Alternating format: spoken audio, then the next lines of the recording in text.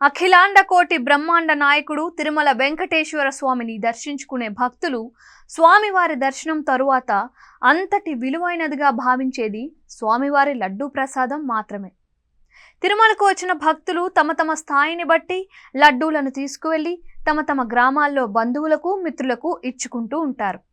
పుచ్చుకున్న వారు ఎవరైనా సరే, దర్శన భాగ్యం దక్కకపోయినా సరే ఆ లడ్డూనే తమకు దేవదేవుని కటాక్షంగా భావిస్తారు.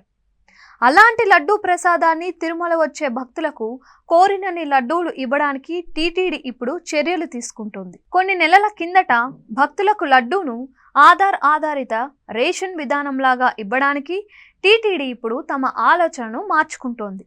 కోరినన్ని లడ్డూలు ఇవ్వడానికి తగ్గట్టుగా అదనంగా పోర్టులో సిబ్బందిని కూడా నియమించుకోవడానికి సిద్ధపడుతోంది.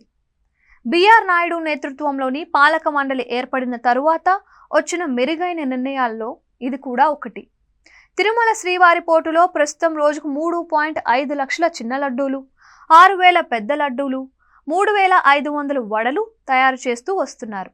తిరుమలతో పాటు హైదరాబాద్, బెంగళూరు, చెన్నై, తిరుపతిలోని స్థానిక ఆలయాల్లో కూడా స్వామివారి ప్రసాదాన్ని విక్రయిస్తూ ఉంటారు. దర్శనం చేసుకున్న ప్రతి భక్తుడికి ఉచితంగా ఒక చిన్న లడ్డు దక్కుతుంది.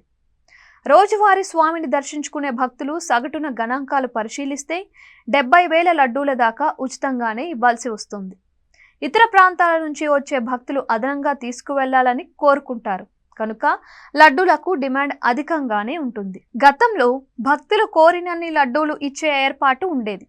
రద్దీ ఎక్కువగా ఉన్న రోజుల్లో లడ్డూ కౌంటర్లోని ఉద్యోగులే ఎవరైనా మరీ ఎక్కువ అడిగినప్పుడు కాస్త నియంత్రించి ఇచ్చేవారు. అంతా సాఫీగా సాగిపోయేది. కూటమి ప్రభుత్వం వచ్చిన కొత్త ఈవోగా బాధ్యతలు తీసుకున్న శ్యామలారావు ఒక ఇబ్బందికరమైన ఏర్పాటు చేశారు. భక్తులు అదనపు లడ్డూలు తీసుకోవడానికి ఆధార్ కార్డులను వెంట తెచ్చుకోవాలని, ఆధార్ చూపించిన వారికి మాత్రమే ఇచ్చే ఏర్పాటు చేశారు. ఈ ఏర్పాటుతో అంతా గందరగోళంగా తయారైంది.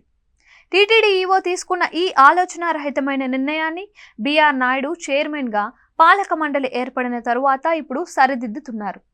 భక్తులకు కోరినన్ని లడ్డూలు ఇవ్వడానికి ఏర్పాటు చేస్తున్నారు. ఈ తాజా నిర్ణయం పట్ల సర్వత్రా భక్తుల్లో హర్షం వ్యక్తమవుతోంది.